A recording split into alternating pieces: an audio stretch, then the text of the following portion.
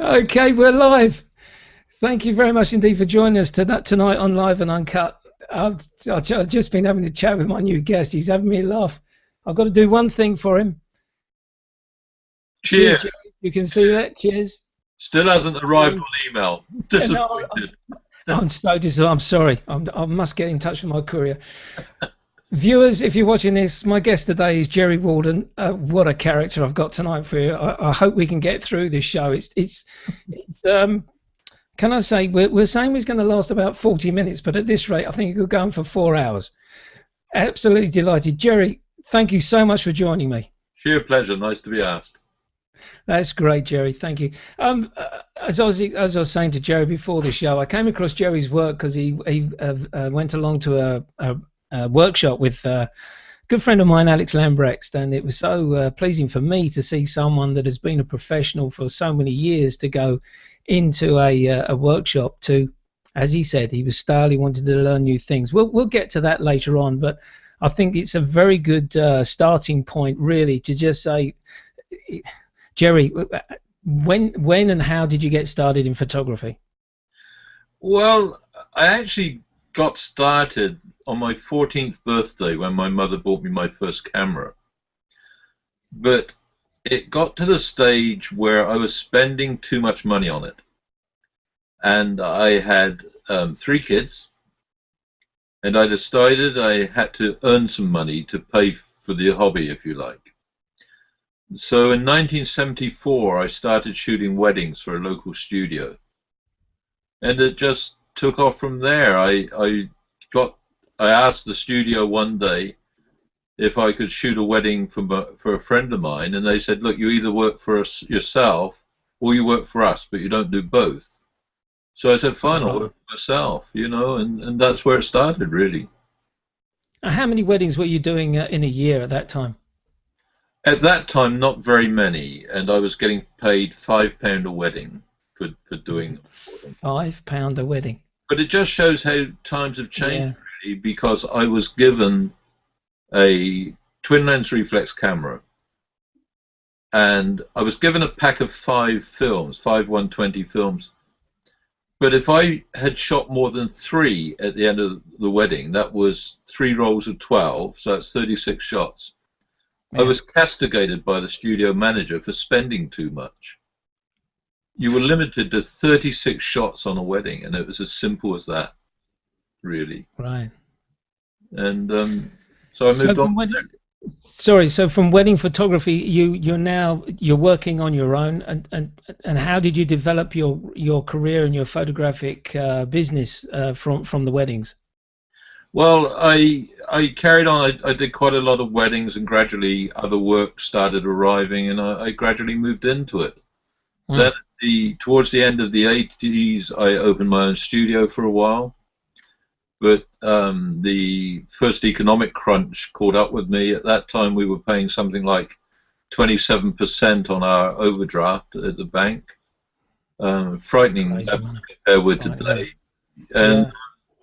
And we closed it down, and I just continued working from home.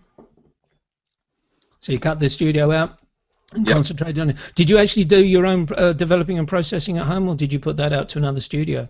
No, I was doing my own processing, or some of my own processing, at the studio, but the color print work was pretty specialized, and it had to be turned around pretty quickly on weddings. We had a 1-week turnaround on weddings.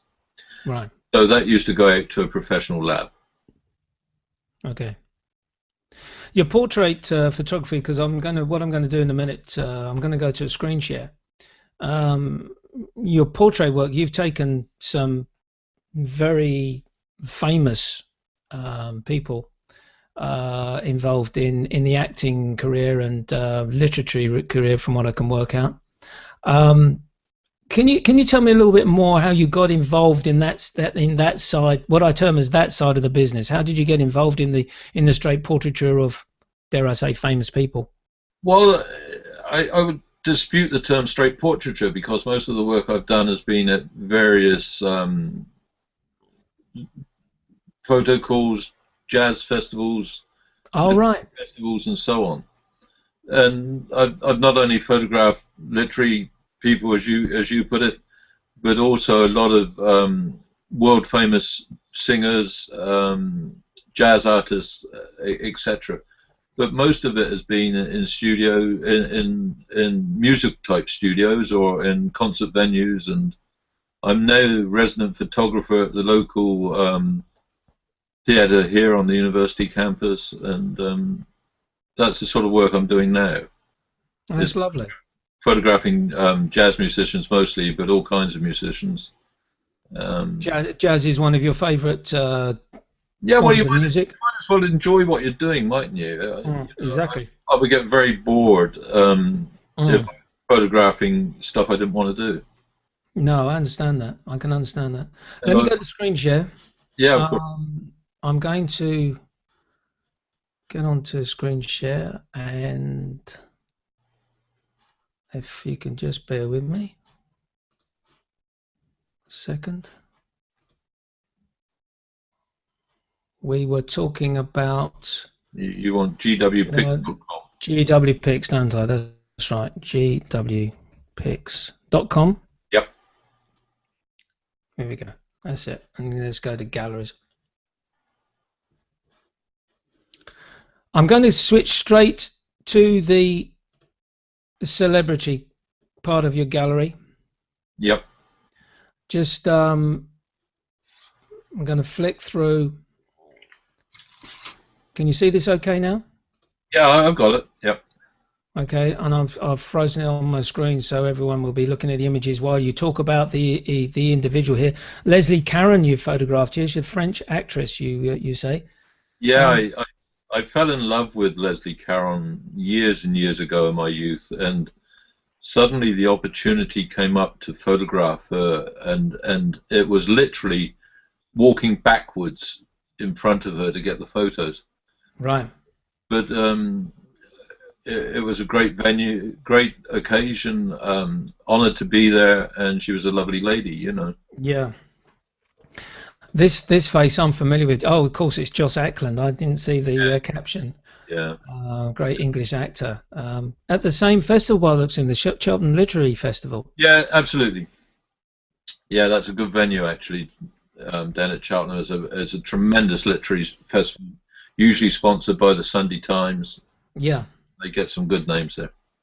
So the way this is working, you go along. Are you invited as an event photographer for the event, or do you just basically pitch up?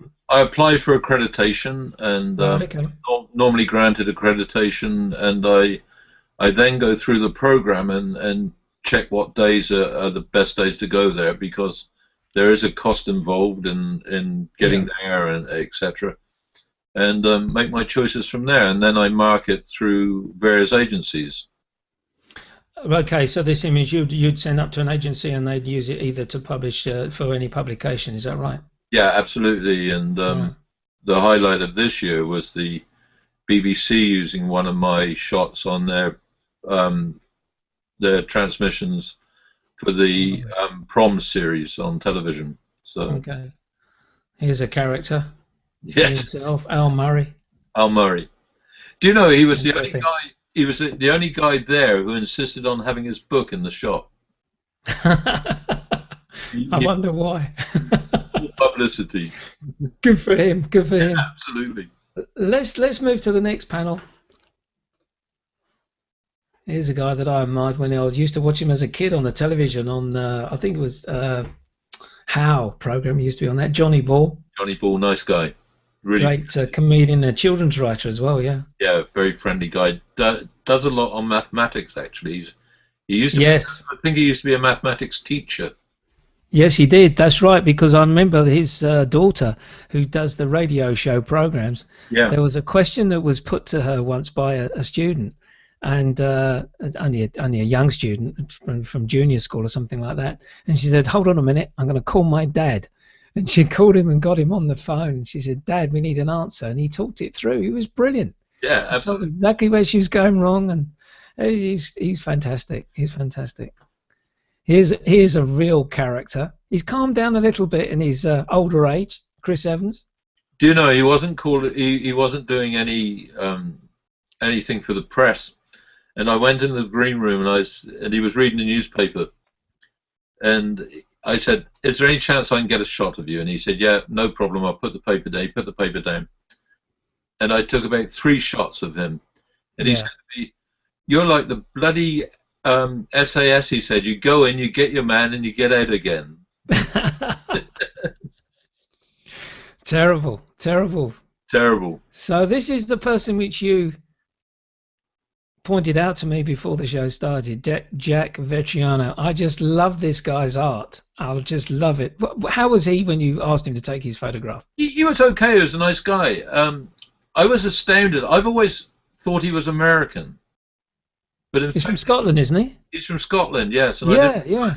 I always, because of his art, he always paints American scenes.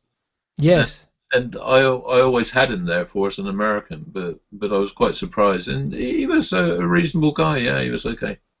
Yeah.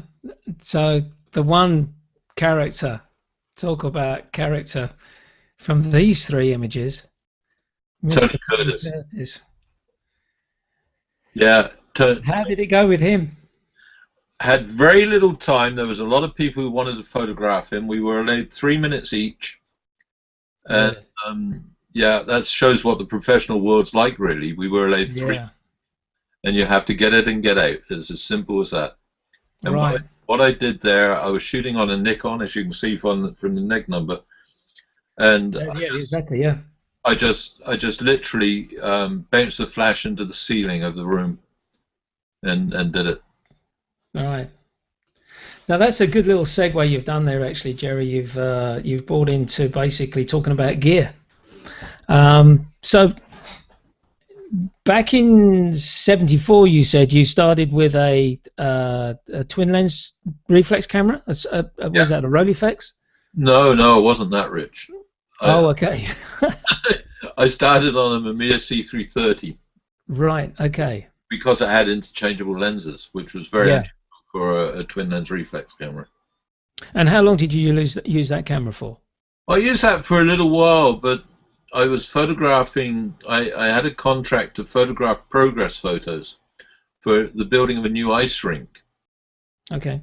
And it suddenly, I wasn't even near it, and I had it on a tripod, and it suddenly pirouetted on this tripod and fell on top of the ice, and it bent its focusing rack, so it wouldn't focus properly. I had to get rid of it, and I think then I switched to a Bronica, although I lose track a bit of which came first, you know.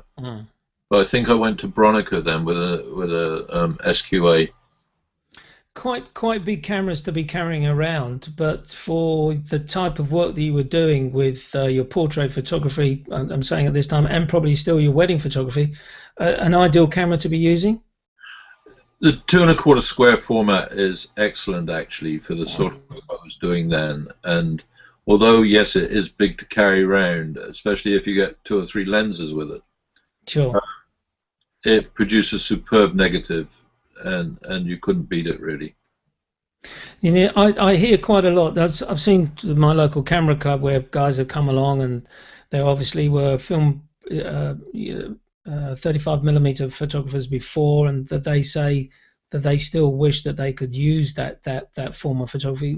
How about yourself? Do you feel that digital has truly replaced film photography, or do you think that it hasn't quite caught up with that quality? These days, I think it's surpassed probably film. Right. I know I'm shooting images now that in the days of film I would simply not have been able to get. If I'm photographing jazz musicians, for instance, I'm very happy with my Fuji X Pro 1 to shoot at 6400 ISO. I don't even blink an eyelid at shooting it at 6400 ISO, and you just couldn't do it with film. You know, you were pushing it if you went over the 400 with Tri-X or something like that. And I'm getting images now by available light that I never would have been able to get. I only used it for very, very briefly. I think Kodak brought out a 3200 I, ISO setting, and well, talk about grain. They were the size of. well, I remember shooting Tom Paxton on that, and Oh right. and I developed the film, and I think there was one piece of grain which was about the size of his head. You Yeah. know, it was absolutely crazy. I had nothing usable from it.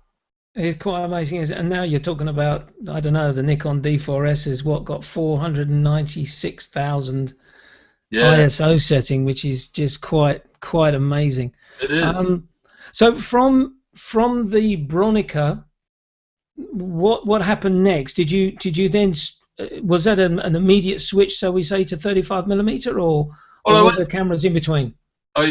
I used a 5x4 for a while in the studio, but that was strictly a studio camera, obviously. Sure. And I then went to Hasselblad, from the Bronica to Hasselblad. Huh. And then when I got rid of the studio, I also got rid of the Hasselblad and switched to Leica for a long time. And I was a Leica, both M series and R series user for quite a long time. Okay, let's talk about the Leica, because this is a camera which I'm obviously familiar with in terms of the name, but can I delve deeper into that and say, what would you have used your Leica M and R cameras for? Well, the R, of course, was just like any other single lens reflex camera. It was Sure.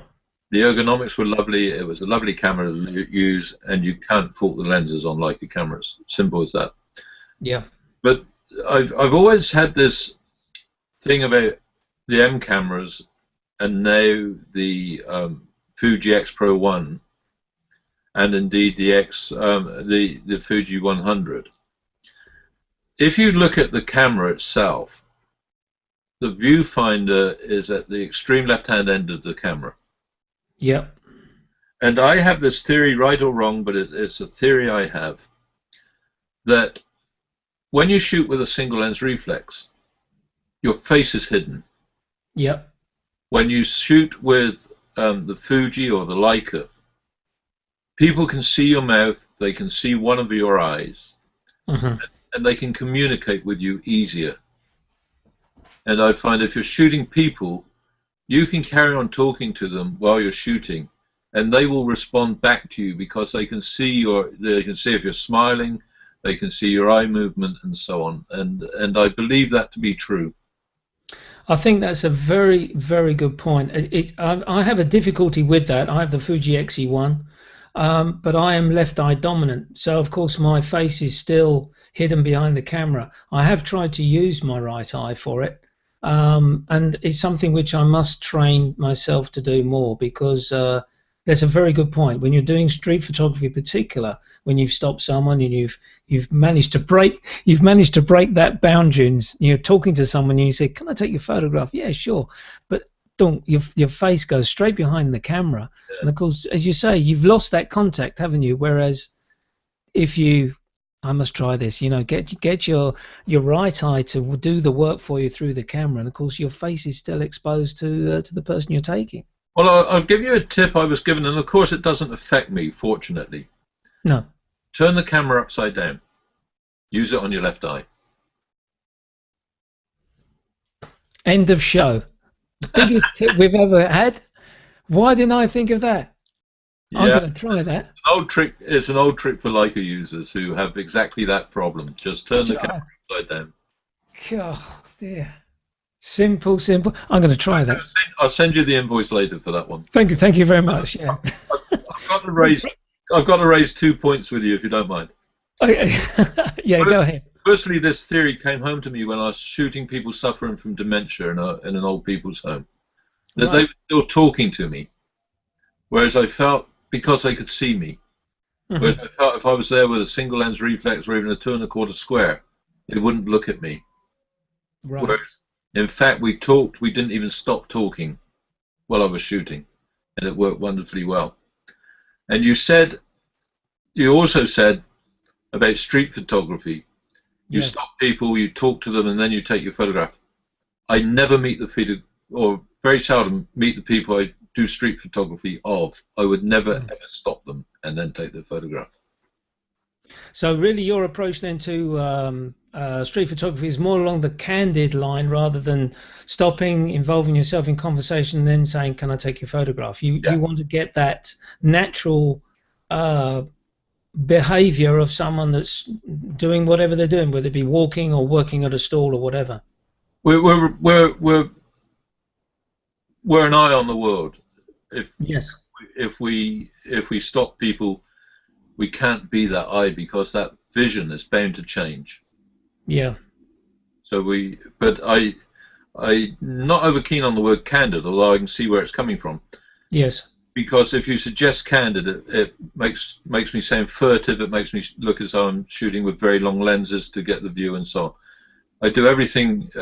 I shoot with wide angles, or the longest I will go is a standard lens generally, if I'm Right. doing Okay. photography. Yeah. So when I say candid, you're certainly not a 70 to 200 or a 24-70 mil type shooter.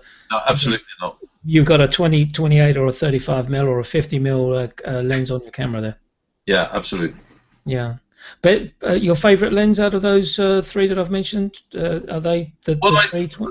I like. We're talking Fuji now, and I like. Yeah, that's exactly right. I like the 35mm 1.4. I think that's a Yeah. fantastic lens, which of course is the equivalent of 50mm That's right. Yeah. for your 35mm viewers. And I also like the 14mm. I think the 14mm is a tremendous lens as well. That's a absolutely superb lens. Mm. But I'm now hankering for if Fuji are listening, I'm hankering for the 56mm 1.2 for my jazz work because of the. Well, that's the one that everyone's talking about, the 56. Mind you, at the photography show, I tried out the 1024, and I was blown away. But I've got to stick with my one camera, one lens. This is me. I'm an 18-55mm shooter. It suits me. It suits me. Yeah. There's no way you can call it a kit lens, that's for sure. The other lens I use, well, actually, the point was made by Fuji at the Alex Lambrecht's workshop that it's a professional lens. They do another zoom lens which is very close to it, which is the non-professional version. Is that the 1650, isn't it? Yeah, that's right. But the 1855 is a professional quality lens, and they made that very clear to us. The other lens I've used on the Fuji, which is really interesting, is the Samyang 8mm fisheye. And for certain things, I love that. Yeah. And if you take it through Lightroom and you apply the Nikon 10.5mm fisheye setting to it, it straightens your verticals out for you. Does it? Oh, this is a good tip. Another good tip. Stop the show, everyone. That's 2 tips. Can't give you any more. No, we start. So let's just talk that through again. So you use the Samyang on your Fuji. Yeah. And you make the settings. Well, it depends whether you 10.5mm on the Nikon. It depends really whether you want the fisheye look or whether you want just an extreme wide angle. And what I've found is that when I import it into, or when I look at it in Lightroom, if I change the camera setting to the Nikon 10.5mm, it virtually straightens all your verticals for you. That's an interesting point. So when you, because I know exactly where you are on Lightroom, because I've got Lightroom 5 myself. So down at the bottom, down the bottom right-hand corner somewhere. That's right. Are you? What camera setting are you putting it on? Are you putting it onto a Nikon camera, or are you setting it to Fuji? No. It's in your where you would change your vertical and horizontal perspectives. I'm with you. You can go to presets. There's a sort of preset panel in there where you can select the lens you've used. Okay. And if you use that lens, it does a great job. That's interesting because when I was on the last Alex Lambrecht's workshop back in February, there was one of the fellas was using an 8mm Samyang, and we were all asking, what's it like? What's it like? He said, fantastic. I'm getting some great shots. So that's an interesting one to consider. I might sort of rent that out for a bit and give it a try, actually. You're talking. It's a manual lens, of course, but you're talking. Of course, yeah. You're talking around £250, and it's an incredible lens for that money. Yes, it is. Yeah, they're coming out with some good lenses, aren't they, Samyang? They're doing well. They're doing Yeah, well. doing well. Let's go back on the old screen share, Gerry. And what I want to try and do, let's get away from Tony Curtis here. I think, hold on one sec. Let's go back here. Let's see if there's anyone else. Oh, and this is the fellow we've been talking about, Alex. Indeed. Alex Lambrecht. Now I've seen this guy's work on Facebook and on Google, and he's got such a different approach to photography that I've seen before in what I would term as style photography. Can I just ask you what's your thoughts on him, please? I think his approach is incredible, but I think it comes from innocence. Yeah. He hasn't been shooting for that long. He hasn't had time to get style. He's gone a very long way in his career. He's working for people like Vogue and GQ and so on. And it's very, very refreshing to work with him. Yeah. The boundaries, all the boundaries you would normally expect have gone. You just shoot. Just forget it all, shoot. Simple as that. Very true. This is something which came over when I went along to his workshop. He said, the first thing he said, I'm going to take you outside your comfort zone. And I thought, well, this is going to be interesting. And sure enough, he did that. His approach, I think it's refreshing, it's different. And of course, it's stylish, which is what is getting him in the magazines these days. And it's refreshing in the point that he hasn't been doing photography for that long. And I think for that reason, I think it's the reason why his approach to photography is refreshing, because he's not, and I'd use this term very gently, it's not stayed in the style of what we expected. It's pretty much an actual fact.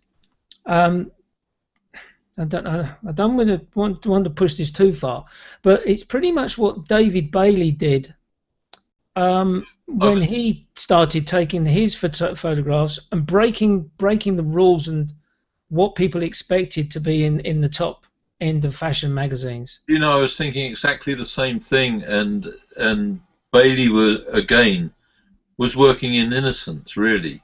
Yeah. And they hadn't had time to develop style. There was Terry Donovan, David Bailey, a couple of other people, and they were all very similar at that time. And they just hadn't had time to think about style. They were just shooting, and to an extent, they were shooting for fun, really, and people liked it. Yes, I was watching an interview, David Bailey, talking to the interviewer on the Hard Talk program, and he was really being pushed into a particular corner, which I felt was unfair, because David Bailey was pushing. He wasn't pushing the boundaries. He just wanted to photograph how he thought that the female form should be shown in these magazines, his style came across. You know, a lot of people would turn around and say, you look at a David Bailey with the head cut off, it's a poor photograph. It's not. It's the style that he created, and basically took photography to that next stage further on. And I can see Alex is this type of person. I love this shot here, which you took of Jasmine, his wife, walking past Cafe Nero. I think is absolutely superb. Thank you. So lucky to get nobody else walking in the street, no cars going. Yes. It was a fraction of a second moment. It really was, and it worked very well. Yeah. She's a lovely lady and a good model as well. We had some great fun. But I was lucky that the placement of the placement of her between the two yellows there, and also virtually on the third line, really fits very well. And to get the whole of the shop front in as well was good. Let me just ask you, because I know how this workshop works, because I know what Alex does. Are you on your own this side of the street, or are you've got about a bank of 5 or 6 with you, or what's the scenario here? I was more or less on my own, and I don't remember anybody else being on my side of the street, and I shot that I think, if I remember rightly, I shot that with the 14 mil, Right. so the equivalent of a 21 mil. Yeah. Great shot. Great shot. I love it. I'm trying to find more from this. There aren't many.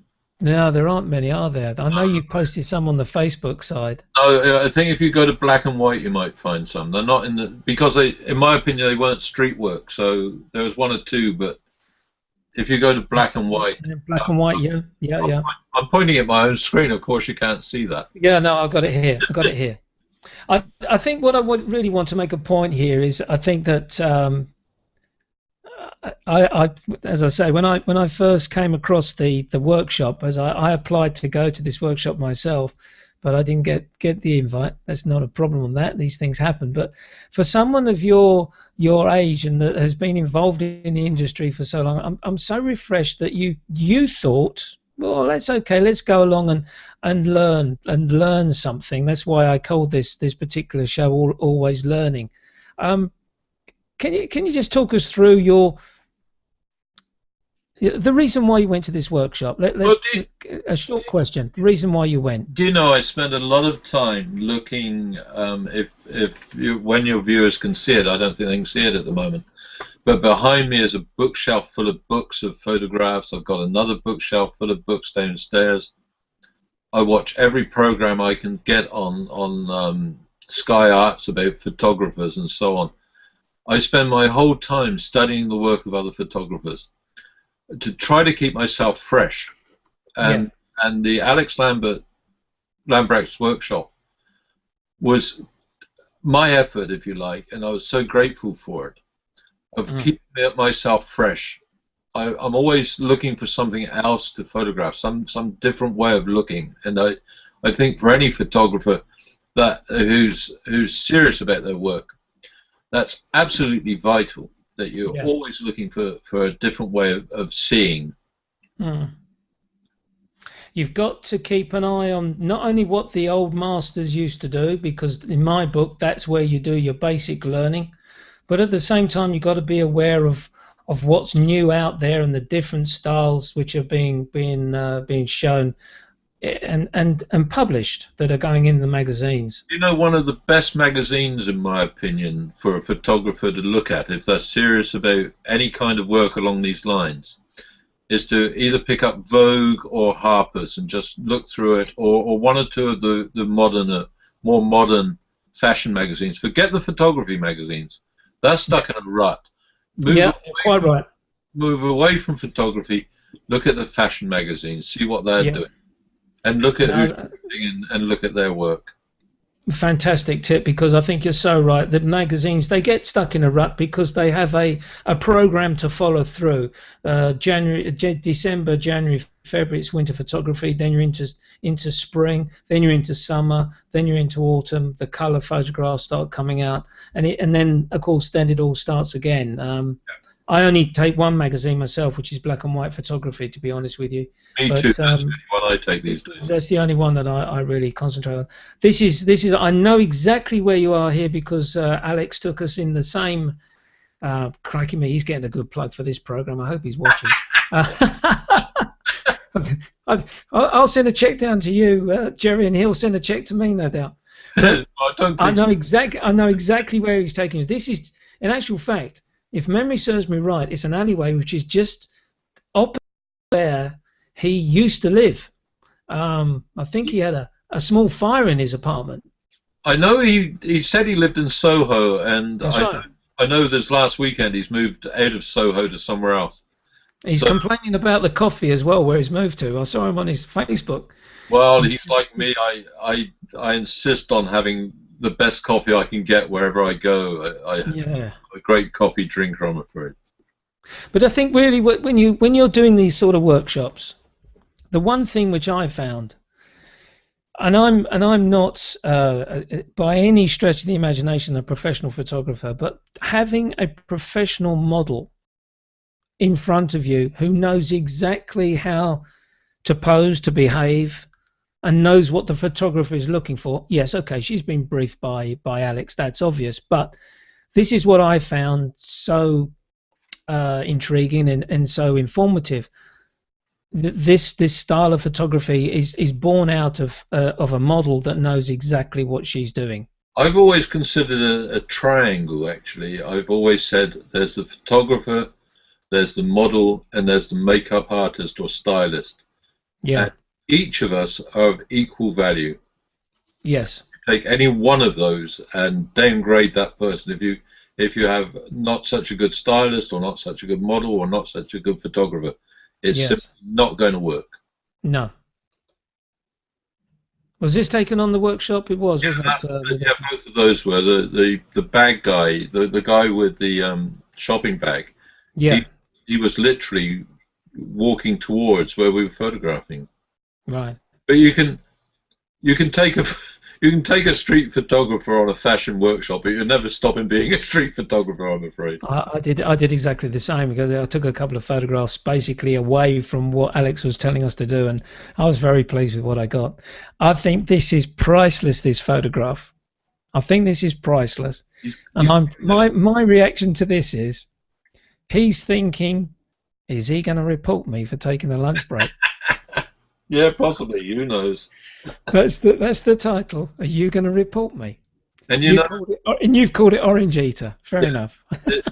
These images just won't work in color. It's as simple as that. No, exactly right. No, they're straight monoshots. A great shot here. This guy's sitting outside the Soho Illy, little pizza pasta place there.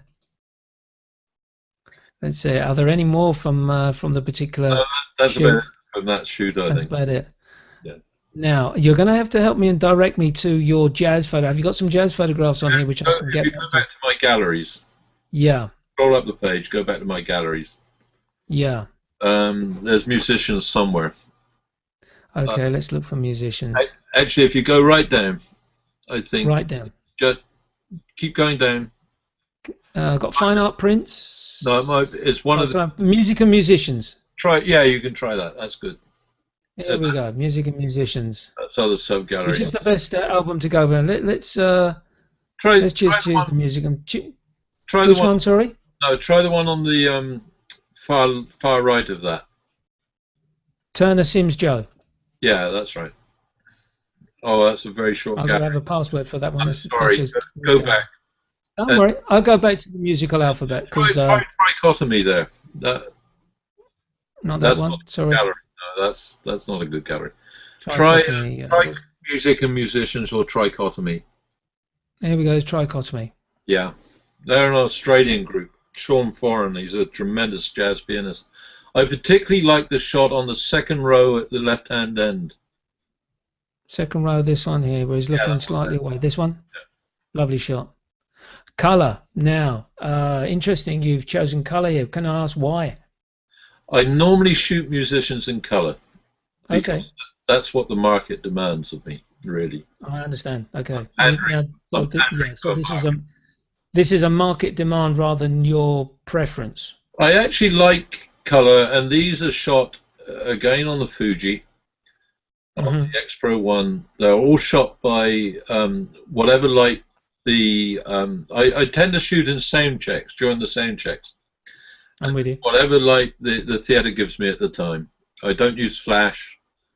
No. There's a standard setup lighting for the stage show, and this is at the Turner Sims Theatre in Southampton.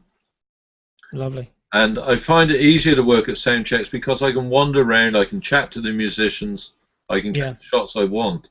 Whereas if I'm working at an actual concert, I would be sat in one seat, and if you move very far, the audience complains. Of course, yeah. I went along. My nephew had a band, and I was doing a project on music for my camera club, and I went along to his studio session. Took some photographs there, and yes, you're right. From a studio situation, you can basically sit where you want, move where you want. You're not getting in the way of the audience. I think out of all the instrument players in a jazz band, I just love the bass players. They are so full of expression, aren't they? Yeah, they are. They are, and they get so carried away with their music. They do. You do Although if I indeed. was a musician, I'd think I'd want to be a pianist. They're the only people who don't have to take their instrument with them. That's very true. Can you imagine lugging that array everywhere Yeah. you go? And then of course the drummer here. Yeah. Let's just go to one more. And then you've got the trio there. Trichotomy. I remember that. I like a bit of jazz myself. Yeah, they're good. So Good I'm gonna look at them in the future. Click out of that. That's fantastic, Gerry. So can I just go back, if you don't mind, the switch to Fuji. Yeah. How actually did this come about? Well, as I said to you earlier, I was always enjoyed working with my Leica M series. But I was persuaded, and I regret making the move now, but in 2002 I was persuaded to go digital. And at that time, Leica didn't have a digital camera, so I moved into single lens reflex. And to be frank with you, when the Fuji X Pro 1 came along, I couldn't afford to go back to Leica. It would have been too expensive. Yeah. And the X Pro 1 is certainly, the lenses are of Leica quality in my opinion.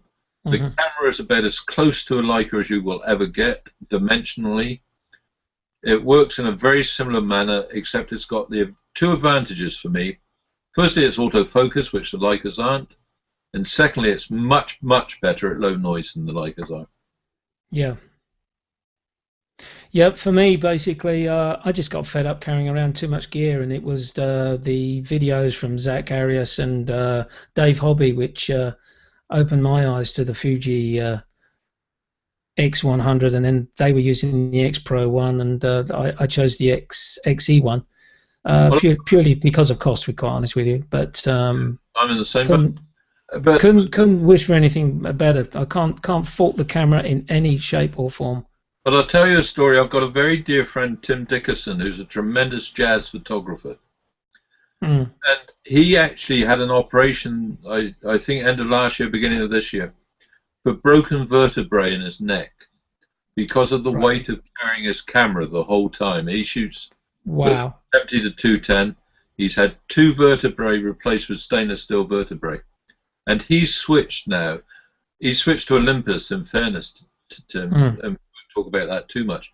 But it's simply because of the weight of the camera around his neck. He's had to switch on medical advice. And it's a frightening thought when that happens to a photographer, actually. Yeah. You can't fault the Olympus OMDs. Was it the EM5, EM1, and EM10 now? I've got a number of friends who use that system. Can't fault it at all. My only query about it, for want of description, is the fact that it's a 4/3 size sensor. In other words, it's 2 times crop. Yeah, that's my only query about it. But the one thing about the Fuji, I think, which really caught my eye was basically the retro look of the camera. But I don't like electronic viewfinders, you see. And there you go. Yeah, let's have electronic viewfinders. Exactly right. You've got the option there with your X Pro 1. I've got the electronic viewfinder with the XE1, which doesn't bother me because I used the Nikon V1 before, and as a walkabout camera, and I got very used to the viewfinder in that. So the switch to the Fuji was it's like duck to water, basically. I found it so easy, and to have an aperture ring on my lens, and to have an adjustment for my shutter speed on the top plate was back to the good old days as far as I could see. But 100%. That makes some good cameras. Yeah, 100% behind you on that. Yeah, that's right. There's one thing which we talked about before the show. When you first switched to digital, yep. How much did the 1 gigabyte card cost you? Well, would you believe a 1 gigabyte CF card? The camera came with I forget what they called it now, but it was like a mini disc that you put in with moving parts in it. It wasn't solid state. Right. Okay. So I bought a CF card, and the 1 gigabyte CF card was £240. Jeez, for £240, you can buy a decent lens for that now. Yeah, indeed, indeed. It just shows how the electronics world has changed, really. It's amazing, isn't it? But It's that was a truly Fuji, amazing. that was a Fuji camera, and it was okay at that time, you know. That's right, because you mentioned you started. Was it the S1 you started off with? S2 actually. S2. Now at that time, Fuji and Nikon were working very, very close together, weren't they? The Fuji body, well, sorry, the Nikon uh, lenses would fit the Fuji body. And that was the very reason I went to Fuji because it. Right. Okay. Yeah. Yeah, I'd Yeah. been shooting. I had some Nikon lenses, which I was sorry, I had Leica lenses. Right. They did a Leica to Nikon adapter, and the plan was to use Leica lenses on the Fuji. And But that was manual. And that was manual focus, was it? yeah, but I very soon changed to Nikon lenses with it. Yeah. Right. Okay. Yeah. Absolutely fascinating, Gerry. You've had such a fantastic career and still working now. Yeah, certainly. Not every day. Well, I work every day on the computer, but I'm shooting 2 or 3 times a week. Certainly, I'll be shooting again on Sunday. I've got a jazz gig to photograph on Sunday, so yeah. That's fantastic. Well, we're at the stage of the show where everyone who watches my show regularly will realise that I give my guest 4 or maybe 5 names of photographers for you, Gerry, to give me a one-word answer. Now, this one word could be a description of the photographer or the photographer's work, and who knows, we may have a few words to say after that. So we're going to start off with one that I know of, is a French photographer. I'm going to say Robert Doisneau, but Yeah, I think you say Doisneau. Robert Doisneau, yes. Yeah, Paris. Paris, right, okay. Now, this obviously happens quite a lot when we talk about Henri Cartier-Bresson, we talk about Robert Doisneau, we talk about Brassai as well. Paris is very synonymous with their type of work, isn't it? You go to France and you talk to them about classic photographers, Yeah, or you go into the bookshops and buy posters or books, and they will name Doisneau. They will right. not name Bresson because they think Bresson deserted France and went to America, and they didn't like that. Whereas Doisneau always stayed working in Paris or around Paris. Because there is this story, I don't know whether it's true or not, I must try and read up on this, because Henri Cartier-Bresson's work wasn't really shown that much until he visited America, and it was picked up and he started to show, then came back into France, and then he was recognized. Am I right in that? Yeah, you are pretty much so, yes. He was I'm on the right length, yeah. Right. I have seen Doisneau's work. I'm going your way now, Doisneau. If there's any consolation, I don't speak a word of French. Ah, you may be wrong then. I could be wrong. Okay, let's move on to another photographer. Now, this one, you made a suggestion. I'm going to go with your flow, because you made a suggestion of a photographer, because I've never heard of him. And as soon as this show finishes, I'm going to be straight on the Google and check this out. Is it Ronis or Ronis? Ronis. Ronis. Yeah. Okay, one word for his work. Nude. Oh, right, okay. So we know exactly where we're going this route. Okay. I just have wonderful memories of a shot he did in Provence. Right, okay. Of a girl washing at a basin. But his work is typical French 1930s, 1940s, 1950s. And he's a great, in my opinion, undervalued photographer. Well, I've never heard of him, actually, and there's one of my things that I always try to do is to study the old masters, and I've never heard of him, so I'm going to certainly do a quick Google search on him when we've finished. Let's come up to date, right up to date with a landscape photographer from our shores, Joe Cornish. Amazing. He's got some quality about his work, hasn't he? How that man has the patience to I'm a street photographer because I've got no patience. He will stand at a location for days just to get the one shot, and his work is incredible in my opinion. I've watched him watched a number of videos of his work. and how he's moved from his film days, and I now understand he's using digital cameras now. And his work, you're there, aren't you, in his imagery? And as soon as you see a photograph, whether it's in front of you on the wall or whether it's in a book, you're in that scene. You're standing next to him. It's very difficult to describe to someone who doesn't appreciate this type of work, but he brings across to me an atmospheric attitude to his imagery, and as you say, he comes over as such a patient man. It's amazing work that he's created. Absolutely, absolutely. If you like landscape photography in color, you'd find it very hard to fault. Yeah. Just in passing, what's your view of HDR photography? I've been doing photography for an awful long time, and we've been through a lot of phases. And I think HDR is the latest, or one of the latest techniques that people have suddenly found you can do it with digital. Yeah. And it will be a phase. The sad thing is, I think it's quite often used to rescue a very mediocre photograph, or to justify. I would agree with that, but I think there are some guys out there creating some really quality HDR work. I think this is one of the problems which happened when HDR first hit the scene. People didn't realize what the instruments they were using, the sliders, what they could do, and of course they came out with these very, very grungy effects. Yeah. And they thought, that's great HDR, and I think that unfortunately has given HDR a bad name.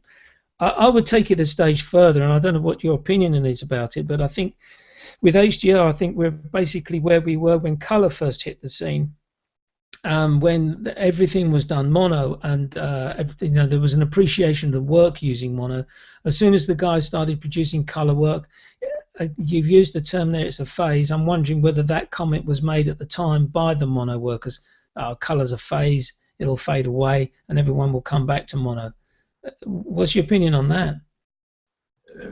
I think you may be right, actually. The early color work took a long time to take off, really. When you think when color was invented, and even when I got married in 1969, and then our wedding photographs basically were still in black and white. We could pay extra and have one roll of color. But by the time I started in wedding in '74, it has switched over to color. Kodak made a big push on color photography sometime between '69 and '74. And that would be because they'd managed to find a way of keeping the colors on the print. You do a little adjustment on your Lightroom, and you switch to an analog type effect, and you lose all that color. It's very, very faded. I suppose I was only a kid at this time, I've got to be honest with you, but the impression I get of color photography at that time, it was really very sort of washed out, and the colors would fade quite quickly. Stability of print was definitely an issue. Yeah. Although by '74, '75, Kodak, who were really the only people in the marketplace, had those problems. But certainly early on, stability of print was an issue. Yeah. Yeah, that's right. Okay, let's move on to our next photographer. We've spoken about him before, David Bailey. Genius. Yeah. I've got to be honest with you, Gerry. He was a photographer, which I think is probably because I grew up with him and I saw his work, and I didn't really appreciate how good he was until really quite recently, when I was studying one of his books, and the penny dropped.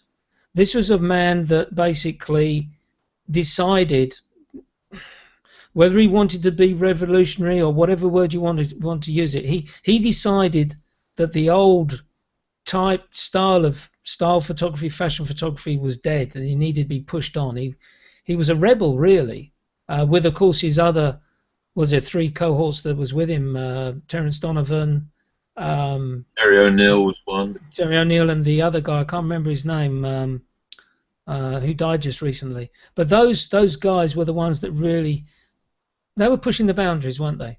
They were. They broke through, if you like, Yeah. the work of people like Norman Parkinson, and other fashion photographers of that time who were setting everything up in studios. They suddenly took the models out on the street and Yeah. started shooting people who were living instead of statues, and Yes. it was pretty revolutionary. Yeah. There's a story that when Bailey first went to the States, he was shooting for Vogue, Yeah. and the fashion editor gave him an assignment, and when he got back, the fashion editor told him it was absolute rubbish, he had to do it all again. And then Diane Vreeland, who was the main editor of Vogue at that time, happened to walk through the office and thought they were tremendous. Yeah. And just what the magazine needed, and he took off from there. That came out. There was a BBC documentary type thing that came out, and that came across very, very strongly in the program. How, excuse me, how everyone, no, this is not going to work. I want you to go out again, and I want you to shoot it on 5x4, whatever camera that they had been used to. But this person was, no, I can see an advantage here. I can see that fashion is moving, and this is the style which people want to see. And it's what Alex Lambrechts is doing now, in fairness to him. Exactly right. Exactly. Give him yet another plug. This check's getting bigger and bigger. Well, I tell you, I'm going to post him and say, if you don't, well, I have asked him to join my program, and we did have a set-up program one evening, but unfortunately, it was just shortly after he had the fire at his apartment, so we couldn't do it. But if you don't come on my show now, then that's it. He's not a friend of me anymore. I won't mention his name again. Oh, no, never. Never. But anyway, so the final one, you've just mentioned him, actual fact, because David Bailey was looking to change his style which he had created. Norman Parkinson. Well, the word that immediately springs to mind with Parks is sausages, of course. Yes, of course. But his photography, forget his food. His photography is of its age was incredible right up until the time he died. Yeah. And he was producing stunning work, absolutely stunning work. He's he of course was one of the guys, in fact probably the main guy, who started taking models out to exotic locations like Bali and those sort of places and shooting them out there in the landscape and producing wonderful work with them. Yeah, the sort of thing which Litchfield did with the Pirelli calendars for what, 3-4 years on the trot, that he did that sort of thing. Yeah. Okay, the final one out of this, well, I've given you 6 actually today because we spoke about them before. One of my favourite photographers from this country, Martin Parr. Do you know Martin Parr? I'm sorry, I've got to stick to one word. You have. Yes. One word, and then we'll talk about it. Seaside. Sorry, seaside or Teesside? Seaside. Seaside, right. Martin Parr, I'm never sure about, you know. I look at him one day and I think, or one batch of work and I think, God, that's wonderful. And then I look at another batch and I think, what do people see in him? And I'm never really sure about him. I think in general I like him, but I need more time, and I've had a lot of time already. My view of Martin is, and I think this is probably, you just touched on the reason why there was a lot of discussion and a lot of comments whether he should have been allowed to join Magnum. I know it upset the apple cart apparently when he did join Magnum, but I think this is one of the reasons that you see some of his work, and it's very documentary as regards to what you see on a British seaside. And a lot of people say, well, I see this every day, so what's special about it? But the way he's recorded that comes across to you, and you for me, the penny drops in terms of looking at his work and saying, yeah, I see that. For me, I probably wouldn't have never taken that photograph. So you've got to give him the respect, the fact that he's recorded that as regards to this is British seaside life. Now, of course, he's done other work, and I think that's where we've got to appreciate people that work with street photography, and also they do the documentary type work. That we as and I include myself, everyday person walking down the street, sees a dustbin at the side of the road, thinks nothing more of it. The guy, like a Martin Parr, will go along, he'll see that, he'll take a photograph of it, and for some unknown reason, it becomes a very good piece of artwork. Yeah. And I think it's the observation that I think he's created. It's the difference between looking and seeing. Yes. Martin has the ability to see where most people would just look. Yes. That's the difference. And I think, in fairness, his work will mature in as much as the images you're looking at now, you say, well, I see that every day. 10 years' time, you'll be looking at them and saying they now have a historic context. Yes. And that will go on getting better and better. Because photographs that maybe you took in the 60s of streets, there weren't so many cars around. Exactly. We've got loads of cars around. It's a difference in time, isn't it? One of the things that worries me, actually, with digital is I can go back. I was doing it the other day. I was looking at negatives which I shot in the late 50s, early 60s, and they're still there. Mm-hmm. A lot of people will lose stuff off their computers, and I worry that we will go into the future without having tremendous news photographs, because the newspapers, the magazines would have written them off their computers as being 6 months old. They're no longer news. We don't want them anymore. Yeah, there's no archival backup really. Not of any great time span. No, that's very true. And I find it worrying, actually, as a not only as a photographer, but as a normal, everyday person. Yeah, that's a very good point. Actually, I hadn't actually thought about it, because we're all worried about losing our images. Here we are sitting in our studios. We've got our hard drives sorted out, or whatever terms we use for saving our images. But of course, we don't realise, we don't know what's going to happen in 30, 40 years down the line. No. Is my son going to keep my photographs? I would very, very much doubt it, which would be a great shame. But it's something which, I suppose, that is the value, I suppose, when we think about it, when we need to print our work. Yeah, but I shot going back to the early 70s. I shot the first tour that AC/DC did over here. Right. I shot the first Stranglers concerts, etc. And those are now historic documents, if you like. Yeah. I've got the negatives somewhere. Whether I'd ever find them or whether I'd ever bother to find them is two different things. But those are now historic documents. Whereas if they were on digital, I probably would have lost them by now, in fairness.